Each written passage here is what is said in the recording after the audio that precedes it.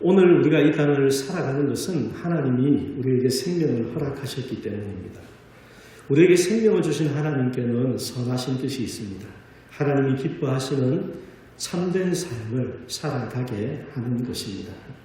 우리 안에 선한 것이 없으므로 우리가 스스로는 알 수 없지만 말씀 속에서 예수님을 통해 어떻게 살아가야 하는가를 보여주십니다.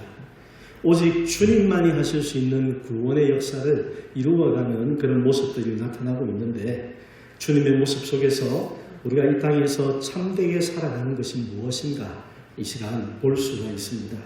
말씀 속에서 하나님이 바라시는 참된 삶을 배우고 하나님을 기쁘시게 하는 참된 삶으로 살아가는 우리 모든 성도가 되시기를 축복합니다. 먼저 참된 삶으로 사는 것은 고난 속의 영광을 바라볼 수 있는 겁니다. 한번 읽어봅시다. 고난 속의 영광을 바라보자. 23절 말씀입니다. 예수께서 대답하여 이르시되 인자가 영광을 얻을 때가 왔도다. 자, 우리가 오늘 보는 이 본문 앞쪽에 보면 6월절 명절을 앞두고 예수님이 어린 나귀를 타고 예루살렘으로 들어가시는 그 장면이 나왔습니다. 6월절을 지키기 위해 각지에서 모여든 수많은 사람이 있었습니다. 그런데 그 중에 예수님을 가까이에서 직접 만나고 싶어하는 이방인들이 있었습니다. 20절에서 22절을 보면 명절에 예배하러 올라온 사람 중에 헬라인 몇이 있는데 그들이 갈릴리 베세다 사람 빌립에게 가서 청하여 이르되 선생이여 우리가 예수를 배우고자 하나이다 하니 빌립이 안드레에게 가서 말하고 안드레와 빌립이 예수께 가서 여쭈니. 명절을 지키기 위해 온 사람들 중에 헬라 사람들, 그리스 사람들이 있었습니다. 이방인들이죠. 그런데 이 이방인들이 예수님을 가까이에서 만나서 뭔가 좀 이렇게 말씀을 나누고 싶어하는 그런 소원을 청했습니다. 그랬더니 빌립이 안드레에게 말하고 두 사람이 함께 예수님에게 가서 이 헬라 사람들을 예수님 앞에 모시고 간 겁니다. 자, 여기 헬라인들이 왜 예수님을 만나려고 했는지 자세한 내용은 기록되어 있지 않습니다. 그렇지만 예수님의 반응을 볼 때 그들의 마음에 긍정적인 관심을 가지고 예수님을 찾아온 것으로 보입니다. 자, 이들 앞에 예수님이 말씀하십니다. 23절을 같이 한번 읽어보겠습니다. 예수께서 대답하여 이르시되 인자가 영광을 얻을 때가 왔도다. 이방인들이 주님을 찾아온 장면 앞에서 지금 말씀하시는 인자가 영광을 얻을 때가 왔다. 이게 무슨 말씀입니까? 예수님께서 영광을 얻을 때가 왔다. 왜 이 말씀을 하실까? 이것은 지금 6월절을 앞두고 있고 이 6월절은 곧 예수님의 십자가 죽음이 이루어질 그때를 말하는 겁니다. 구체적으로 이 사실을 32절 말씀이 우리에게 보여주는데 32절을 한번 보겠습니다. 내가 땅에서 들리면 모든 사람을 내게로 이끌겠노라 하시니. 유대인들은 자기들만 하나님의 택함받은 백성이고 그래서 이방인에게는 구원이 없다 이렇게 생각하며 살았습니다. 그런데 예수님이 내가 땅에서 들리면 모든 사람을 내게로 이끌겠다 말씀하십니다. 땅에서 들린다는 게 무엇입니까? 십자가에 달리신다는 겁니다. 예수님이 십자가에 달리시는 이유는 이 땅의 모든 사람들의 죄를 대신해서 씻어주시는 대속의 죽음을 죽으신다는 겁니다. 그렇게 예수님이 십자가 대속의 죽음을 죽으실 때 비로소 이 땅의 모든 인생들이 구원의 주님께로 나올 수 있게 하신다. 그런 뜻을 말씀하고 있는 겁니다. 여러분, 대속의 죽음을 통해서만 죄를 씻을 수 있고 사람들을 죄로부터 해방시켜 주실 수가 있는데 예수님의 피로만 대속이 가능합니다. 세상에 어떤 누구의 피로도 이 대속이라는 걸 할 수가 없고 오직 죄 없으신 하나님만 대속이 가능하신 분입니다. 자, 그래서 주님이 십자가에 달리셔야만 하는 겁니다. 이 십자가라는 것은 주님께는 고난이죠. 분명한 고난입니다. 하지만 그 고난이 세상의 구원을 이루는 영광의 순간이기도 한 것입니다. 예수님은 지금 그것을 바라보고 있습니다. 그리고 고난받으신 주님께 하나님께서 친히 영광을 주셨다. 이것을 성경에 또 기록을 하고 있습니다. 우리 빌립보서 2장 9절과 10절 말씀을 한번 보겠습니다. 이러므로 하나님이 그를 지극히 높여 모든 이름 위에 뛰어난 이름을 주사 하늘에 있는 자들과 땅에 있는 자들과 땅 아래에 있는 자들로 모든 무릎을 예수의 이름에 꿇게 하시고, 이러므로 예수님이 십자가 고난의 길을 가심으로 하나님이 지극히 높여주셨다. 그래서 세상의 모든 무릎으로 예수님 앞에 꿇게 하셨다. 하나님께서 어떻게 높여주셨는가를 말씀하고 있습니다. 예수님은 지금 고난의 길을 앞두고 있습니다. 그 길을 지금 걸어가시는 겁니다. 예루살렘 성으로 들어가시는 것도 그 고난의 길을 향해서 가시는 것이지만, 그러나 그 고난 가운데서 하나님의 뜻이 이루어지고 하나님이 주실 영광을 바라보며 가셨습니다. 예수님을 믿는 우리 성도에게 참된 삶은 바로 이와 같이 고난 속의 영광을 바라볼 줄 아는 것입니다. 로마서 8장 17절을 보면 사도 바울이 성도들에게 권면합니다. 자녀이면 또한 상속자 곧 하나님의 상속자요 그리스도와 함께하는 상속자니 우리가 그와 함께 영광을 받기 위하여 고난도 함께 받아야 할 것입니다. 사랑하는 성도 여러분, 성도가 어떤 사람입니까? 예수님을 믿어서 죄에서 구원받은 사람들입니다. 그리고 이 말씀 가운데 보여주는 것처럼 그들은 하나님의 자녀요 상속자입니다. 우리 하나님이 약속하신 영광을 받을 사람들인데, 그 약속하신 영광을 주님과 함께 받을 사람은 누구냐? 이 땅에서 주님을 위한 고난도 함께 받는 사람입니다. 고난 없는 영광이 없다. 여러분 그런 말 들어보셨죠? 십자가의 고난이 있기 때문에 영광의 순간이 찾아오는 것처럼 믿음의 성도들에게도 이 땅에서 예수님을 믿는 믿음 때문에 당하는 고난이, 우리의 삶 가운데 그 고난을 감수하는 삶이 있을 때 약속하신 영광을 얻게 될 거라는 겁니다. 예수님을 믿고 사는 생활 속에 때로 불편함이 있습니다. 여러분, 내가 성도이기 때문에, 예수 믿는 사람이기 때문에, 교회 다니는 사람이라는 것을 세상이 알기 때문에 양보하고 희생해야 할 것도 많습니다. 그리고 우리가 예수님을 위해서 헌신하며 살아가는 수고도 많이 있습니다. 그 모든 상황들이 우리에게 고난으로 다가올 때가 있죠. 내 마음을 힘들게 하고 내가 이렇게까지 해야 되나, 여러분 그런 생각이 들 때 그 고난 속에서 하나님의 영광을 바라볼 줄 아는 성도가 되시기를 바랍니다. 고난 속의 영광을 바라볼 줄 아는 사람, 그리고 그 고난을 감수해내는 사람, 그 사람이 하나님이 바라시는 참된 삶을 살아가는 사람입니다. 이러한 성도가 되셔서 주님께서 기뻐하시는 참된 삶을 사는 우리 모두가 되시기를 간절히 축원합니다. 두 번째로 참된 삶으로 사는 것은 열매 맺는 삶을 살아가는 것입니다. 읽어봅시다. 열매 맺는 삶으로 살아가자. 24절 말씀입니다. 내가 진실로 진실로 너희에게 이르노니 한 알의 밀이 땅에 떨어져 죽지 아니하면 한 알 그대로 있고 죽으면 많은 열매를 맺느니라. 자, 24절 말씀은 앞서서 예수님이 얘기하신 인자가 영광을 얻을 때가 왔도다. 십자가 고난이라고 했죠. 그 십자가 고난과 관계해서 하시는 말씀입니다. 예수님의 십자가 죽음으로 이루실 놀라운 구원의 결과를 열매 맺는 것으로 지금 비유해서 말씀하는 겁니다. 그래서 뭐라고 하십니까? 씨를 뿌릴 때 그 씨가 죽어서 썩어서 그래야 비로소 열매를 맺을 수 있는 것처럼 예수님의 희생의 죽음으로 많은 생명을 살리게 될 것이다. 그것을 나타내는 말씀입니다. 그런데 예수님의 십자가 고난에 대해서 이러한 열매를 보여주는 말씀이면서 동시에 우리가 살아가야 될 참된 삶의 모습도 보여줍니다. 우리도 열매 맺는 삶으로 살아가야 한다는 거죠.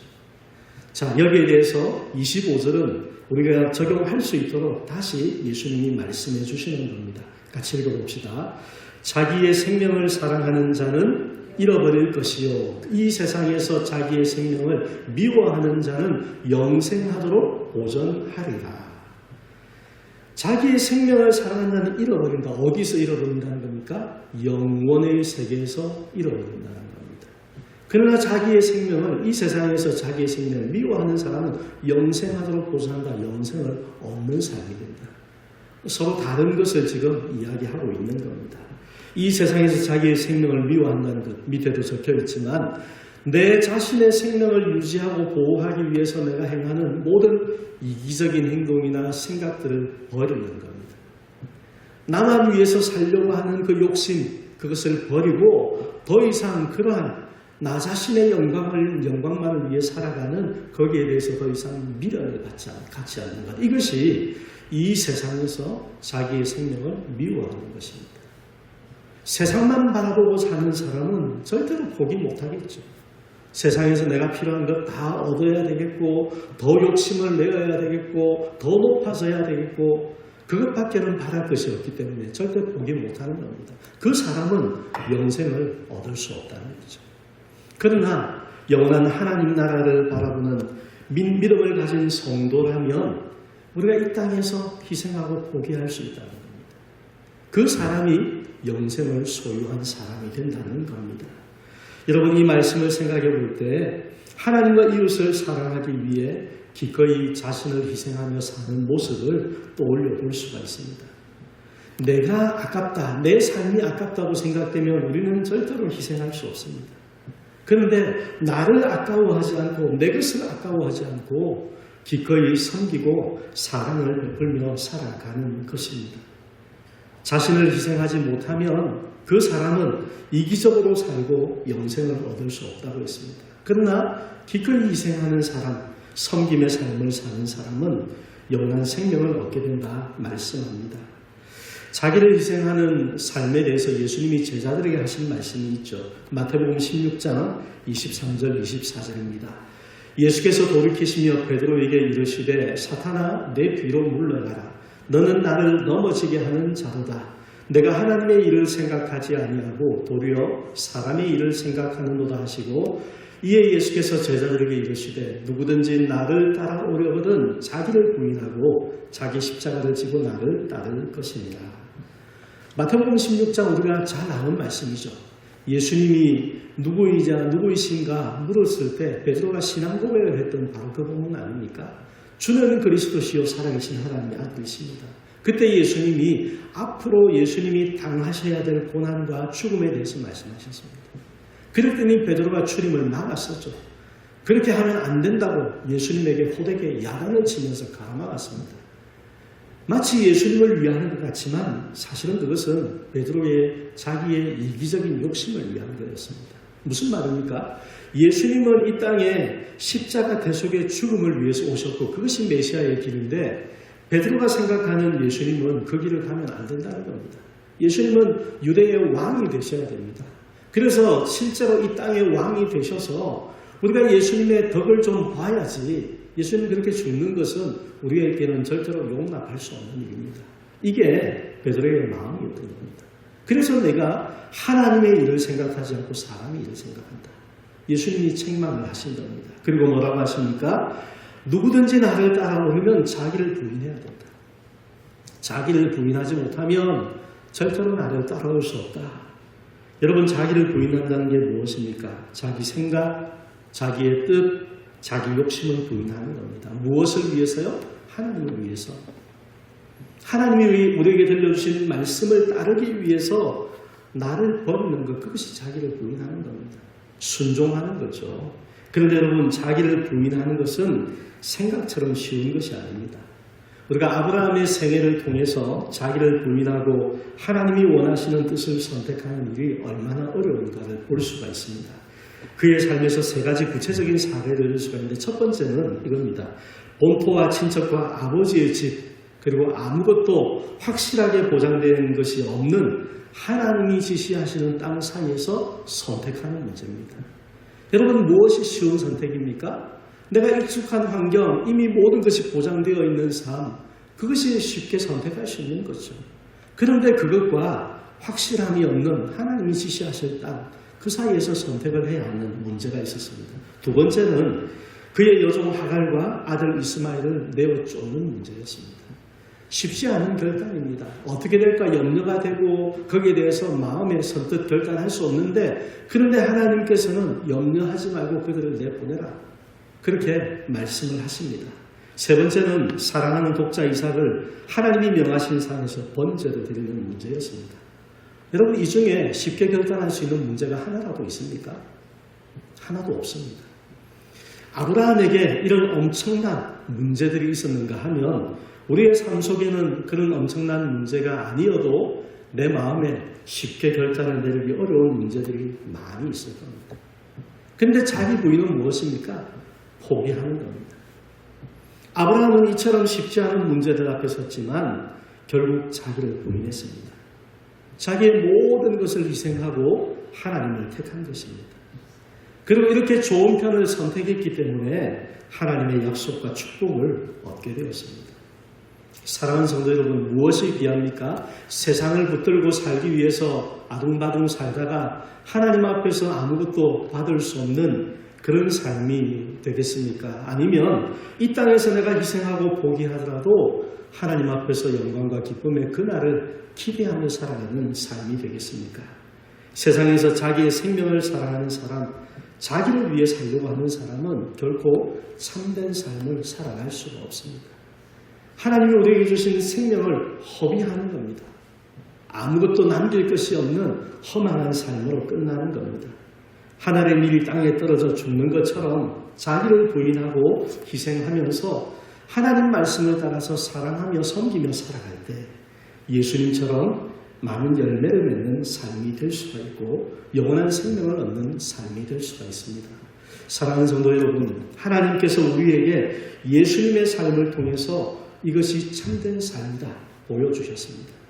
부디 자기 부인과 희생으로 많은 생명을 구원에 이르게 하는 열매 맺는 삶으로 이 세상에서 하나님이 우리에게 주신 삶으로 참된 삶을 살아가는 성도가 되시기를 축원합니다. 세 번째로 참된 삶을 살아간다는 것은 끝까지 주님과 동행하는 것입니다. 읽어봅시다. 끝까지 주님과 동행하자. 자, 26절 말씀입니다. 사람이 나를 섬기려면 나를 따르라. 나 있는 곳에 나를 섬기는 자도 거기 있으니 사람이 나를 섬기면 내 아버지께서 그를 귀히 여기시리라. 누가 예수님을 섬기겠습니까? 예수님을 믿는 사람이 섬기겠죠. 믿지 않는 사람은 섬길 이유가 없습니다. 그런데 예수님이 예수님을 섬기려면 예수님을 따르라 그렇게 말씀하십니다. 그리고 그렇게 하면 예수님이 계신 곳에 함께 있게 하시겠다 말씀했습니다. 예수님이 말씀하시는 예수님이 계신 곳이 어디겠습니까? 영원한 하나님의 나라 천국입니다. 그곳에 함께 있게 해주시겠다. 그런데 누구에게요? 예수님을 따르는 사람에게. 언제까지? 우리가 이 땅을 살아가는 삶의 마지막까지 끝까지 주님을 따르는 사람, 그 사람에게 이 천국을 약속하신 것입니다. 그리고 하나님 아버지께서 그를 귀하게 여겨주신다 말씀하시는데 높여주신다는 겁니다. 하나님이 높여주시는 것 말고는 의미 있는 것이 없습니다. 그런데 하나님이 높여주시겠다. 마지막 날의 그 모습을 요한계시록 22장 5절에 우리에게 보여줍니다. 다시 밤이 없겠고 등불과 햇빛이 쓸데없으니 이는 주 하나님이 그들에게 빛이시니라. 그들이 세세토록 왕노릇하리로다. 천국의 모습입니다. 빛이 쓸데가 없습니다. 빛이 없어도 상관없습니다. 왜? 하나님이 영원한 빛이 되어서 함께 하실 것이기 때문에. 어둠이 전혀 없는 그 나라. 그런데 거기에서 뭘 한다고 합니까? 세세토록 왕노릇하게 될 것이다. 예수님이 약속하신 대로의 삶을 지금 보여주고 있는 겁니다. 끝까지 주님을 섬기며 사는 사람, 끝까지 주님을 따르는 그 사람은 주님이 다시 오실 때에 세세토록 왕노릇하게 해주시겠다. 그 말씀을 우리에게 보여주고 있습니다. 그렇다면 우리가 예수님을 섬기는 삶, 예수님을 따르는 삶을 사는 것이 얼마나 중요한 문제입니까? 이렇게 살아가려고 하면 예수님이 어떻게 하셨는가를 다시 생각해 보아야 합니다. 27절 말씀을 보면 예수님의 마음과 예수님의 삶의 선택을 우리에게 보여줍니다. 한번 읽어봅시다. 지금 내 마음이 괴로우니 무슨 말을 하리요? 아버지여 나를 구원하여 이때를 면하게 하여 주옵소서. 그러나 내가 이를 위하여 이때에 왔나이다. 뭐라고 말씀하십니까? 내 마음이 괴롭다. 예수님 마음이 괴롭다고 말씀합니다. 왜 그럴까요? 세상의 모든 죄를 담당하시는 그 무거움, 그리고 그것을 해결하기 위해서 앞으로 다가올 십자가의 고난을 생각하시는 그 마음 때문에 지금 마음이 괴로운 겁니다. 성경을 보면 예수님에 대해서 참 하나님이시다, 하나님의 아들이시다 그렇게도 말씀하고 한편으로는 참 사람이다 말씀을 합니다. 참 사람이라는 것은 우리와 같이 모든 것을 다 느끼시는 분이라는 겁니다. 배고프면 배고픔을 느끼고, 몸이 아프면 아픔을 느끼고, 피곤하면 피로함을 느끼고, 마음이 힘들 때는 그 힘든 것을 고스란히 다 느끼시는 주님이십니다. 우리와 똑같은 사람으로 세상에 사셨기에 마음이 힘드신 것이 당연하다는 거죠. 여러분, 세상의 모든 짐을 내가 혼자 져야 된다 생각해 보십시오. 어떻게 마음에 평안이 있겠습니까? 그 마음이 어떻게 괴롭지 않을 수가 있겠습니까? 예수님은 지금 그 자리에 혼자 그 모든 것을 다 감당하고 계시는 겁니다. 그래서 그 괴로움을 가지고 이렇게 구합니다. 아버지여 나를 구원하여 이때를 면하게 하여 주옵소서. 여러분, 극심한 고난 앞에서 우리의 마음도 이런 생각들이 들지 않습니까? 주님, 제발 여기서 나 좀 건져 주십시오.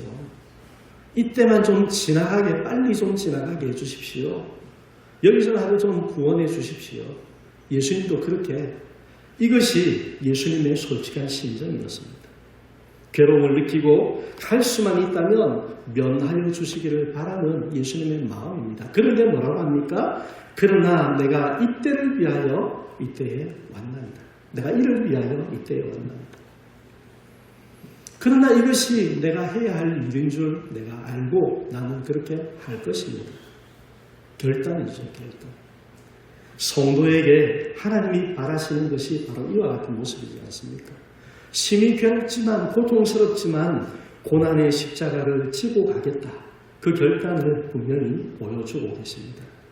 우리가 잘 아는 겟세마네 동산에서 예수님의 모습은 땀이 땅에 떨어지는 핏방울같이 되도록 심히 고민하며 기도하셨습니다. 그런데 결국에는 뭐라고 하셨습니까? 내 뜻대로 마시고 아버지의 뜻대로 되기를 원하나이다. 이것이 주님의 모습이고 주님을 따르는 우리에게 하나님이 구하시는 모습입니다. 그런데 여러분, 연약한 인생인 우리의 마음에는 선한 것이 없습니다. 그래서 스스로의 힘으로는 이것을 감당해낼 수가 없습니다. 로마서 13장 14절에 보면 사도 바울이 이런 우리 인생들에게 권면을 합니다. 오직 주 예수 그리스도로 옷 입고 정욕을 위하여 육신의 일을 도모하지 말라. 여러분, 이것이 방법입니다. 우리가 세상을 이길 힘을 가지는 것, 우리의 욕심을 이루지 않고 하나님의 뜻에 순종하며 살 수 있는 길, 예수 그리스도로 옷 입는 것입니다. 내 힘이 아니라 주님을 전적으로 의지하는 겁니다.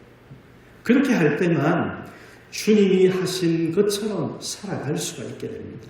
우리 안에 주님의 마음이 가득해지고 주님의 뜻으로 충만해지고 주님의 마음과 같이 그렇게 결단하면서 기도하면서 순종하는 길을 걸어갈 때라야 이런 삶을 살아갈 수가 있게 되는 겁니다. 어떻게 예수님으로 옷을 입습니까? 주님이 우리의 마음에 충만하시도록 말씀을 읽고 묵상해야 합니다. 여러분, 말씀은 그냥 눈으로만 읽는 것이 아니죠. 마음으로 읽어야 됩니다. 우리의 마음으로 읽고 그 말씀의 뜻이 무엇인가 깊이 묵상하고 깨달음에 이르러야 합니다. 그 말씀이 우리의 마음을 주장하실 수가 있는 겁니다. 성경을 읽었는데 성경 말씀이 우리의 마음에 아무런 영향을 주지 않는다. 그건 우리의 마음이 말씀을 제대로 읽지 않는 겁니다. 말씀을 읽었으면 반드시 깨달음이 임하도록 여러분 깊이 생각하셔야 됩니다.